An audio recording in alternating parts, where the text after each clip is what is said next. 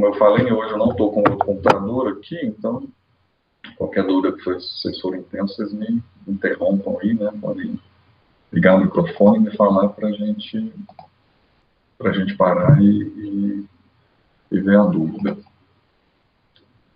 Vou colocar para apresentar, se alguém só me dá um ok aí, vocês estão vendo. Ok, falando, né? Eu não vejo mais. Apareceu aí já para vocês a apresentação? Sim. Sim. Ok. Bom, então, continuando o assunto da aula passada, né, a gente está aí com métodos indiretos. Então, até a aula passada a gente viu essa parte de métodos diretos, né, ou seja, aqueles que removem a água dos grãos. E os métodos indiretos são aqueles que fazem uma correlação com algumas características físicas, né, dos grãos, ou alguma, né, e através disso através dessa correlação transforma, né, para teor de água. A gente tem alguns métodos que se baseiam basicamente nas características elétricas ou dielétricas dos grãos, né, para isso, para fazer essa determinação do teor de água, porque normalmente, né, o teor de água que está aqui, né, no eixo X, ele varia em função, né, por exemplo, ou melhor, as características elétricas dos grãos variam em função do teor de água, como por exemplo está aqui, né, resistência elétrica, ou capacitância elétrica, ou outras características dielétricas dos grãos. E aí a gente tendo como medir essa característica dielétrica, a gente tem uma equação, ou uma forma de transformar, que a gente consegue obter o teor de água em função disso. Então, está aqui um exemplo, né? Por exemplo, a resistência elétrica, ela aumenta, né, aqui no eixo Y, à medida que a gente reduz o teor de água, né? Então, se a gente conseguir medir esse valor, a gente transforma e aí obtém o teor de água. Só que, por exemplo, esse método da resistência elétrica, ou condutividade elétrica, né, um é o quanto que conduz, o outro é o quanto que resiste à passagem de eletricidade. A gente tem equipamentos que que utilizam esse princípio para determinar o teor de água, porém eles têm algumas limitações, né?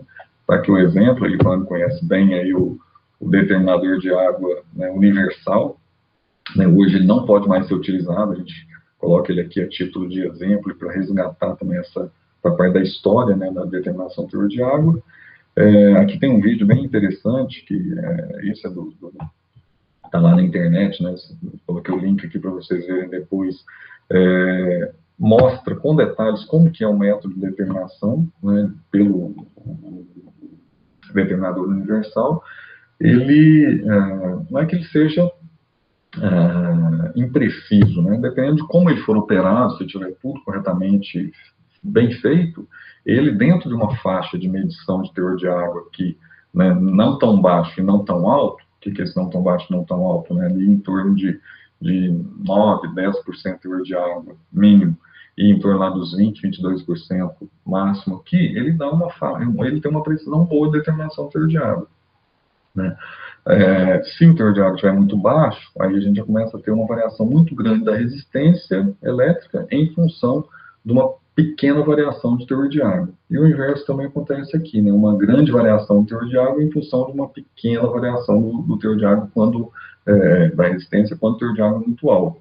Então, nesses extremos aí não é muito preciso, mas para uma faixa, né, intermediária, como a gente falou, 8 a 9 e até 20, 22% de água, ele dá uma precisão boa. Porém, ele é um método bastante trabalhoso para se fazer a determinação, né? A gente tem, por exemplo, aqui essa parte aqui dele, que é onde se coloca a amostra, né?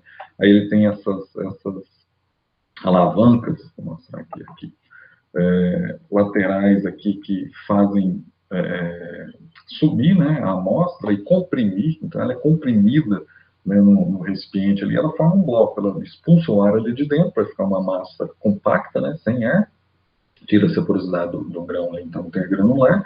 Para quê? Para ficar uma massa compacta e conseguir passar a eletricidade ali, né, e medir a resistência elétrica. Então a amostra ela fica deformada, né, quando se faz essa determinação. E aí, com o príncipe, né, vai girando essa manivela aqui até chegar a uma determinada pressão. Quando chega nessa pressão que é estabelecida aqui no manual pelo fabricante, aí faz passar a corrente elétrica. Pra vocês terem uma ideia, ele é um equipamento que não é ligado à eletricidade, não tem bateria, ele mesmo gera a energia dele. Aqui, né, a gente tem um galvanômetro, essa caixinha, né, que tem nele aqui, que a gente gira essa manivela e aí faz produzir energia elétrica para passar através da amostra, né. Esse galvanômetro que a gente chama, tá ele aqui, né, ele tem que ser girado nessa manivela aqui numa velocidade constante, né, o fabricante fala lá 90 rotações por minuto, não pode girar nem mais rápido nem mais lento, e aí com isso, girando nessa velocidade correta, ele faz passar a eletricidade ali na amostra e dá uma leitura aqui de resistência elétrica, nesse galvanômetro. E aí, por meio dessa leitura aqui, né, com a temperatura da amostra, onde que lê a temperatura da amostra? No equipamento vem um termômetro aqui, ó, nessa lateral. Só que aqui não está em contato com a amostra, né? É ligado aqui por peça metálica, né? Uma parte metálica, mas também não é o correto, porque não está medindo a temperatura da amostra, está medindo a temperatura aqui, ó, ambiente, né? E esse é um outro erro que se tem. Mas o que a gente pode fazer, se tem a amostra lá do lado, pega um termômetro, coloca na amostra que está determinando, na embalagem, né, no recipiente, lá coloca a amostra e tem a temperatura da amostra. Ok, aí pelo menos elimina esse erro, né? Aí pega-se essa temperatura na amostra, mais essa leitura que deu aqui, a hora que a gente girou aqui exatamente a 90 rotações por minuto, e aí a gente vem para esses discos, né, graduados que tem aqui na parte da frente do equipamento, nessa parte aqui da dianteira, e aí a gente tem aqui 3 escalas, né, a mais interna é justamente essa leitura que tem do galvanômetro, que chama, né, megômetro, galvanômetro, que é essa leitura de energia, vai dar aqui um determinado valor. Essa intermediária aqui é do meio, é a temperatura, né? Essa escala do meio é justamente a leitura da temperatura. E aí a gente faz coincidir, ele é um disco, né, que vai girando, e a gente faz coincidir a leitura aqui do galvanômetro com a leitura da temperatura. E aí, com isso, a gente tem o teor de água indicado nessa escala mais externa. Então, assim, é a maneira que se tem de determinar o teor de água usando esse equipamento, né? Então, assim, vocês viram quanto de operações que a pessoa tem que fazer, né? O usuário, a pessoa que está operando o equipamento, precisa manipular, né, essas várias questões. Aqui a amostra, a quantidade de amostra, né, é pesada, tem que colocar exatamente 50 gramas, 60 gramas, dependendo do produto e da recomendação do fabricante. Aí coloca a amostra, comprime o tanto certo, gira o tanto certo, né, manivela na velocidade certa, vê a leitura aqui no galvanômetro, pega a temperatura, que não é essa temperatura do termômetro, a temperatura dos grãos, e aí vem aqui no disco e faz a leitura. E aí depois disso tem ali o valor, nesse caso aqui, ó, a gente tem, por exemplo, ali, é uma combinação, né? Então, por exemplo, pode ser que, né, temperatura aqui de 25 graus e a leitura lá no galvanômetro de 19, por exemplo, né, se estiver nesse ponto aqui, 19 e 25. Então, né, essas duas leituras aqui combinando, a terceira indica ali teor de água de 12,5. Né? Base úmida também, tá? Sem BU nem na IBS, então porcentagem de base úmida, 12,5. E assim por diante, né? É a maneira que se tem de determinar nesse equipamento. Porém, como eu falei, né, esse equipamento ele já não está mais permitido atualmente, por causa, o motivo principal é justamente essas questões que a gente tem de possibilidade de manipular, né? Então, possibilidade de manipulação do operador, né? Ele pode, né, errar a quantidade de amostra, errar aqui a compressão, errar na hora de girar muito mais rápido ou muito mais lento, que eu recomendado é errar aqui na hora da leitura nos discos, né, para ver o valor de teor de água. Então, assim, é um equipamento que tem, assim, muita chance de erro, permite muita chance de erro durante a determinação. E aí, a normativa do Inmetro, de 2014, que a gente tem, deu um prazo para se adequar, 2 anos e meio, mas aí já está né, já tem alguns anos já que está em vigência, que não permite mais a utilização do medidor universal, né, devido a essas questões. Lá nos Estados Unidos já há muito mais tempo, né, mais de 63 anos, 1957, já não eram mais permitidos, e aqui no Brasil agora, né, 2016, 2017 para cá, que ele foi proibido. Né? Então, se ele é proibido, o que a gente tem hoje em dia? Outros métodos, né, outros equipamentos que usam também características, não é de resistência elétrica, mas características dielétricas dos grãos. Né? Então, por exemplo, hoje a mais utilizada, em praticamente todos os equipamentos que a gente tem eletrônicos, né, e que são certificados, que são autorizados pelo Inmetro, né, nessa normativa de precisão, principalmente de determinação, são os equipamentos por capacitância elétrica. Essa característica, ela mede, então, a capacidade que os grãos têm de armazenar cargas elétricas. Né? Então, quanto mais úmido, mais água ele tem no seu interior, né, na sua composição, e com isso eles vão ter uma capacidade de armazenar mais cargas elétricas. E essa capacidade ela é proporcional, né, tem uma equação, tem uma variação em função desse aumento ou diminuição do teor de água, e em função disso a gente consegue calcular, estimar, né, e dentro de uma precisão boa, o valor do teor de água. Então, mede-se a capacitância elétrica dos grãos, capacidade de armazenar cargas elétricas, e aí transforma para teor de água, né, dos grãos.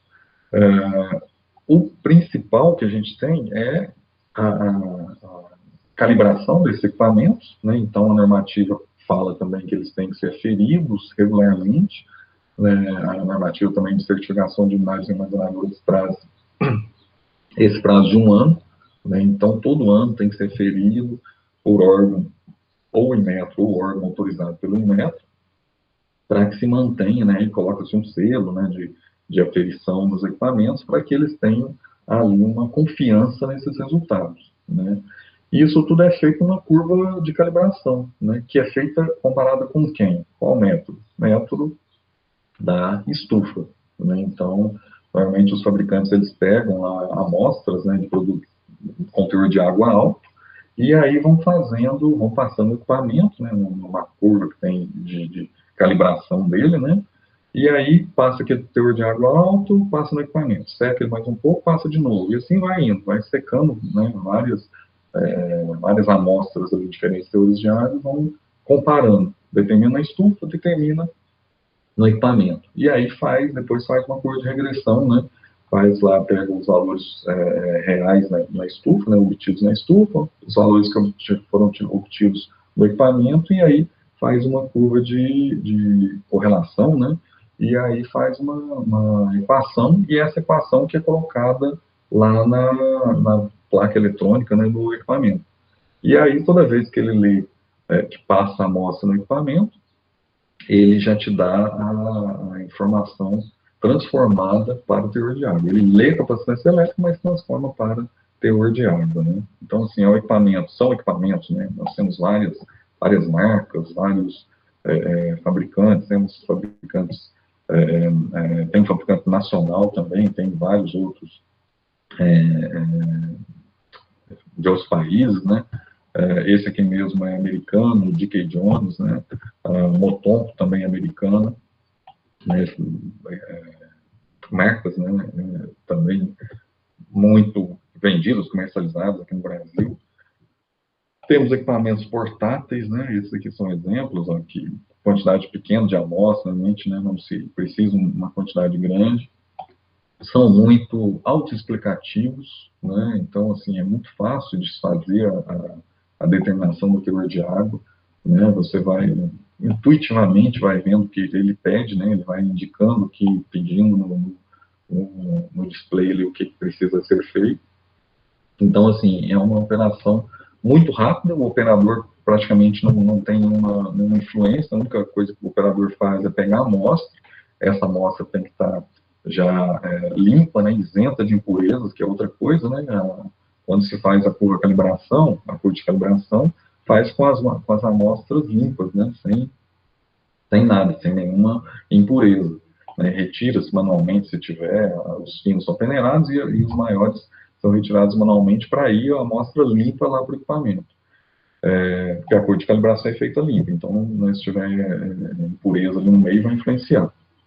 E aí, coloca-se a amostra, muitos já têm uma balança própria, né, no próprio equipamento, que já tem a balança que vai indicando o quanto que é para colocar de amostra, outros não têm, mas se você colocar mais ou a menos, ele vai falar para repetir, né, ó, a amostra grande mais, repita a operação, a amostra é insuficiente, repita a operação. Então, é muito interativo e muito fácil de operar. E a pessoa coloca, né, a amostra no equipamento, e depois disso já passa pelo equipamento, né, e ele já mede a capacitância elétrica, e aí já transforma na curva de calibração, e já te dá ali um valor, tantos por cento de teor de água, né, então já aparece ali no display rapidamente, né, questão de instantes, esses valores. De uma maneira rápida, né, sem interferência do operador, e com uma precisão, né, todos os equipamentos que estão hoje, né, autorizados pelo Inmetro, eles têm passaram por essa precisão, né, então tem essa aprovação, né, em relação à precisão, então tem essa confiança, né, são certificados, então dão essa precisão adequada. Aqui também nós temos alguns vídeos também, tanto lá do Universal quanto de determinadores. Aqui eu tenho dois modelos aqui, só para vocês terem ideia de como é. Também, lá no laboratório também eu fiz alguns vídeos mostrando como que é essa determinação nos nossos equipamentos lá. Esse aqui é um modelo, né, o G1000, que é um modelo desse fabricante aqui, que é a GAK, fabricante nacional. Temos aqui um outro vídeo também da Moton, que é um americano, né, a marca. Mas para vocês verem, quem nunca viu, né, ou não teve ainda contato, ver como que é simples, como que é fácil fazer essa determinação do teor de água.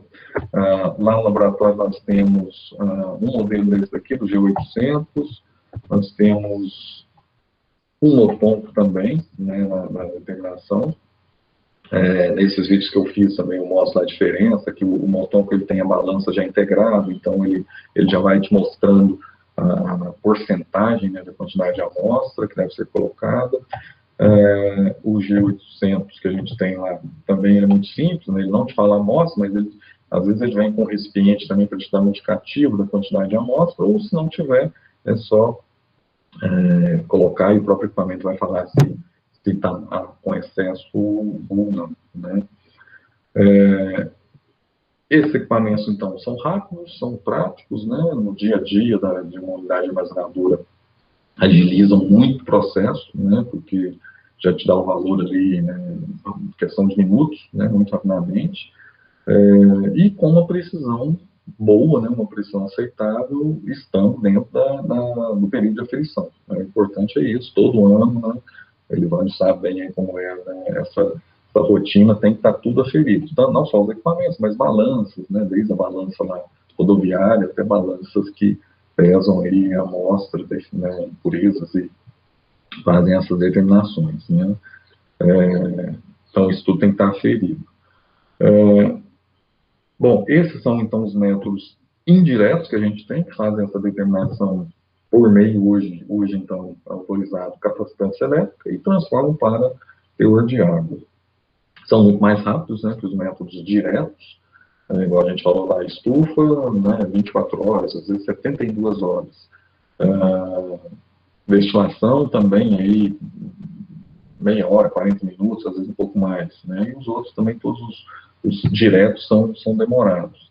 E esse não, esse aqui, rapidamente, se tem valor, a pessoa já lança lá, deu o teor de água, já lança lá no sistema, já lança na planilha, né, qual que é o teor de água daquela carga, e já fica já registrado, né, e já vai lá fazer o desconto, já vai fazer todo o caminho, né, do produto lá na unidade armazenadora. Então, já faz toda essa determinação rápida.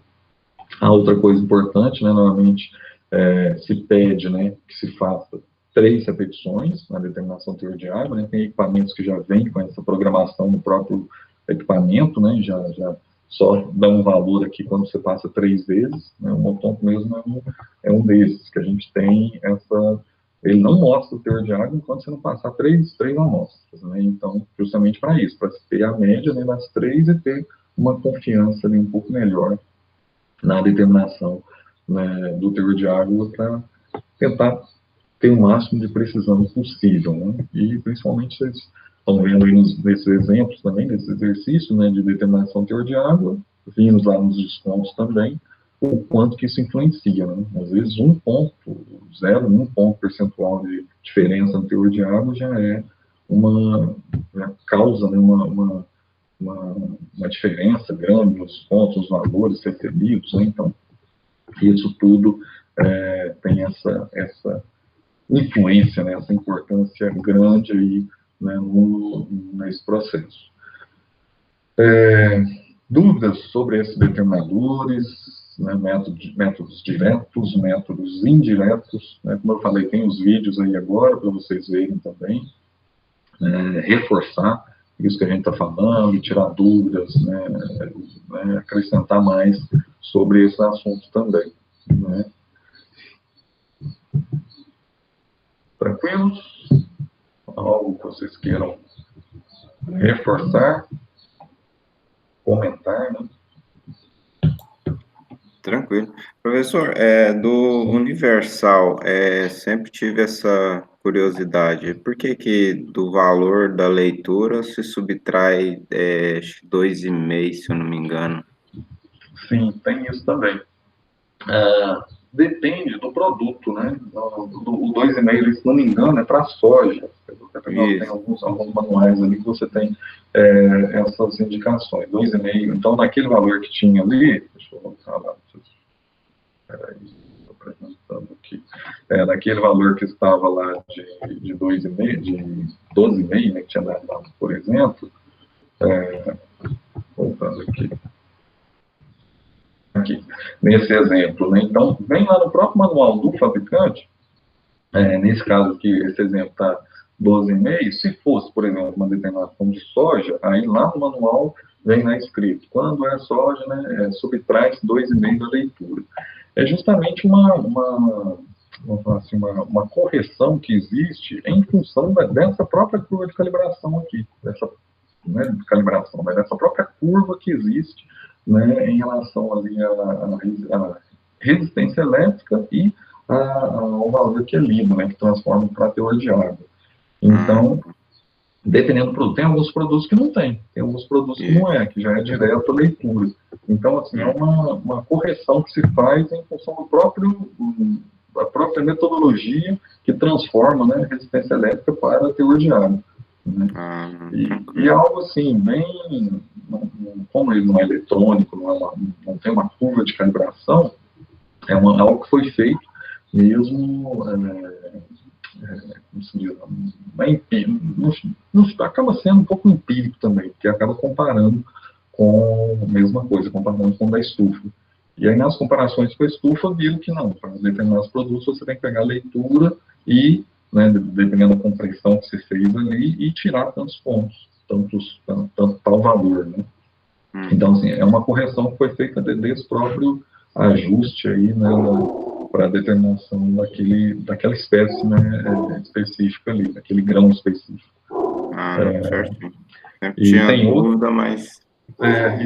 por exemplo, tem alguns produtos que você não precisa, já é direto a leitura. Por quê? Porque aí já a própria... o tanto que comprimiu e o tanto que teve ali de operação do equipamento já chegava naquele valor obtido lá com estufa, comparado com estufa. Né? Então, assim, é algo bem empírico mesmo. Você foi tentativa e erro, foi fazendo e foram vendo que chegaram que deveria ser esses valores aí para descontar, né? Quando não precisava. Né? Ok. E você já usou muito esse equipamento aí? Algumas vezes? Na época que eu trabalhava como classificador, usei bastante, só que sempre essa questão dos 2,5 a gente fazia nessa subtração na soja, e assim, nunca foi se perguntado o porquê, né? Fazia porque vinha uma norma, né? Tipo assim, um procedimento, no caso, da empresa, Sim. que a gente utilizava, e a gente às vezes acabava fazendo e não perguntava o porquê, né? Fazia Era sem saber alguma porquê, coisa né? específica, Uhum.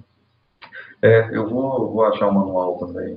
Se não me engano, na internet tem alguns, mas eu tenho um até do modelo que está no laboratório, né? Inclusive foi vocês aí, né, o Zé Ronaldo, que arrumou para a gente, porque já não usa mais, né? Não pode usar mais, então ele, né, doou um para a gente lá. E aí tem o manual, que fala justamente isso. Para determinadas espécies, tem lá o quanto que se desconta, né? É em função dessa própria correção mesmo, né? Desse ajuste que precisa. Já os eletrônicos não tem isso porque essa correção já está na curva de calibração, né? Já se faz uma curva de calibração e aí já se tem esse valor já preciso, né? Com aquela precisão mínima aceitável lá na normativa que estabelece, né, que esses equipamentos já dão essa precisão. Então, já não precisa. O valor que dá lá já sai direto, né, transformado em teor de água. Né? E realmente são muito mais práticos, muito mais, tem muito menos chance de erro, né? Porque qual que é o problema maior da universal? É esse, né? Você poder manipular, né? Ter essa possibilidade de manipulação. Se você girar mais ou menos aqui a manivela, se você, né, comprimir mais ou menos, errar aqui na leitura de temperatura, não descontar esse, né, o valor que é pedido. Então, são vários né, detalhes, né, que,